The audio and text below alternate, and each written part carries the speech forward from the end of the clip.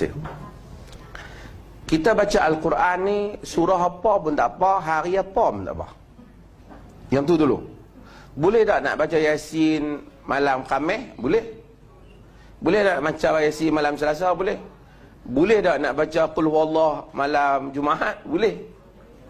Jadi baca ni surah apa pada malam apa, ini semua tak ada masalah. Selagi kita tengok pasal apa yang hampir baca surah Baqarah malam Rabu ni. Dia kata malam Rabu ni aku tak pergi mana pun, melalui duduk ada kelas. Contohnya. Jadi pasal apa yang aku tengok setiap kali lepas asar hampir baca Quran. Ada sunat baca Quran lepas asar? Tak. Siang kan kerja, lepas asar je free. Sekali malam anak-anak balik sibuk dengan mereka nak makan, tak ada masa. Ini semua tak ada masalah kalau berkaitan dengan kehidupan dunia kita.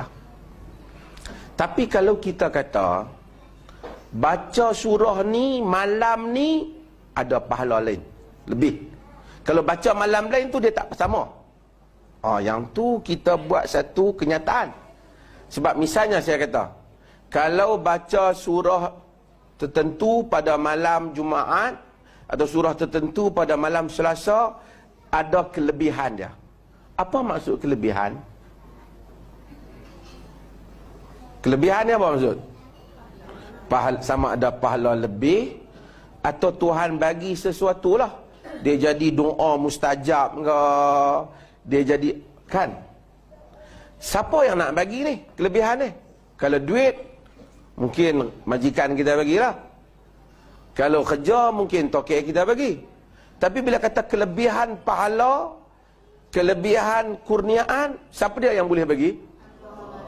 Allah yang bagi.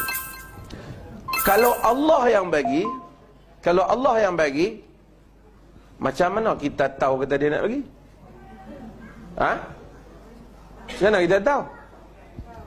Kita tak tahu. Melainkan kita kena tengok dalam Al-Quran ataupun dalam hadis. Kalau ada dalam Quran bagi tahu, kita kira ada. Kalau ada dalam hadis bagi tahu ada. Kalau tak ada, kita tak boleh kata. Sebab kalau kita kata, seolah-olah kita jadi wakil Tuhan, sedangkan Tuhan tak kata. Faham tak maksud saya? Tapi kita tengoklah hadis umpamanya ada riwayat kata baca surah Kahfi, orang kita panggil Kahfi, malam Jumaat, hari Jumaat ada kelebihan. Walaupun ada perbincangan di kalangan para ulama, tapi kita buat simpulannya boleh, seperti riwayat Ibnu Marduyah dan seumpamanya, boleh baca pada malam hari Jumaat. Bukan boleh baca, baca tu ada lebih. Tuhan jadikan cahayanya sampailah Jumaat depan. Ada dalil, boleh. Tapi kalau orang tanya saya, Yasin ada tak? Sahabat kata tak ada hadis yang sahih pasal malam Jumaat. Bukan kata tak boleh baca Yasin tu. Baca pilih Yasin malam apa pun. Tapi kalau nak baca malam Jumaat kerana nak dapat kelebihan tu, hadis sahih tu tak ada. Artinya kalau baca malam lain pun bolehlah juga. Tapi baca Yasin tu bagus tak? Baca Yasin tu bagus ya. Bukan saja Yasin bagus, surah lain pun bagus. Surah lain pun bagus. Jadi kalau kita nak baca, boleh tak baca malam Jumaat? Boleh. Tapi kalau nak tetapkan hari ni malam Jumaat ni ada kuliah, kita baca Yasin esok dia. Esok tak boleh. Esok malam apa? Sabtu. Yang tu dia jadi masalah. Macam tu tak mau. Tapi kalau malam Jumaat ke, malam apa, malam kita lapang kita baca. Tak apa. Kita bacalah. Jadi Nabi SAW larang kita dalam hadis Muslim. Nabi kata, la takhussu lailatal jum'ah bi salatin min bainil layal. Jangan kamu khususkan semayang malam Jumaat dengan satu semayang yang tak ada pada malam-malam lain. Nabi sendiri tak bagi. Jangan kamu khususkan hari Jumaat bi saumin baina ayyam.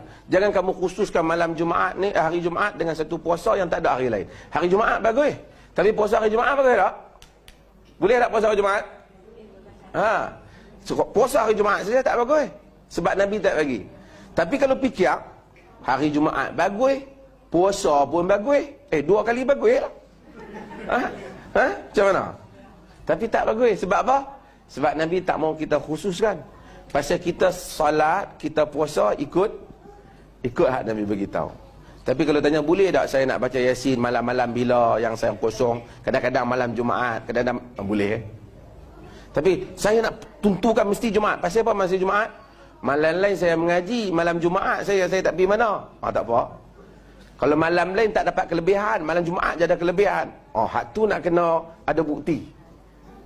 Faham tak maksud saya? Dakwaan tu nak kena ada bukti. Bukan kata boleh tak bagi orang baca Yasin, tak betul tu. Baca lah, baca, tapi jangan mempercayai satu benda yang tidak ada asas yang kukuh. Pasal nak percaya tu nak kena ada bukti. Kalau tidak semua orang, besok orang habaq kata kelebihan malam Selasa pula, kan? Kita tak boleh habaq. Yang boleh habaq hanyalah Allah ataupun Nabi sallallahu alaihi wasallam.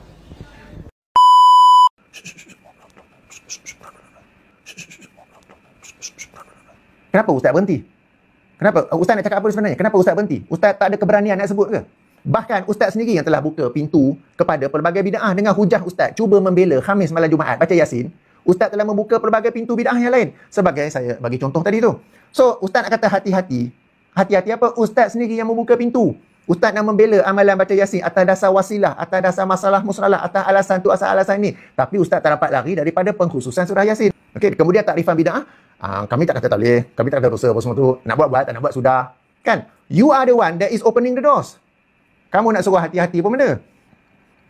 Kenapa ada orang agama yang takut hendak menyampaikan kebenaran? Kalau tak berani, tak nak cakap, tak apa, duduk diam kat rumah. Yang sibuk nak podcast sana, podcast ini buat apa? Kamu pusing-pusing yang akhirnya membuka pintu kepada pelbagai bid'ah yang lain. So saya nak kata di sini, kalau tak ada ilmu bagus, tapi tak ada keberanian tak bagus. Ada ilmu bagus, okey, kamu duduk diam kat rumah. Ataupun kalau ada sekolah ke institusi, ajar situ dah. Tak payah nak podcast sana sini. Sebelum ni pun mudarat yang sangat besar apabila dituduh punya banyak orang-orang sunnah, ustaz-ustaz sunnah sebagai toksik. Kalau berani, jawab. Tak berani, kita rasa bebas daripada toksin. Toksik orang sekeliling yang bertopengkan agama. Mungkin orang agama akan rasa macam marah, tapi it's reality. Itu reality. Saya bagi contoh. Komuniti saya sebagai pilot, commercial pilot tak banyak pun. Saya tak puas hati dengan 3-4 pilot. 3-4 orang pilot. Lalu dalam satu podcast secara umum saya kata pilot ni komuniti toksik. Toksin. Padahal saya tak puas hati dengan 3-4 orang. Lepas tu saya buat diam. Up to you lah. Kalau kamu rasa kamu toksik, tak apa. Kalau kamu rasa kamu bukan toksik, tak apalah. Tak payahlah kamu nak terasa. Toksin. Adakah itu sikap orang agama? Membuat satu tuduhan umum kepada semua orang? Kan sekarang ni kamu buat mudarat yang lain pula, membuka pelbagai pintu bid'ah yang lain. So kalau kamu tak berani nak kata benda tu bid'ah ke apa ke, tak payah nak podcast sana sini, duduk diam-diam saja.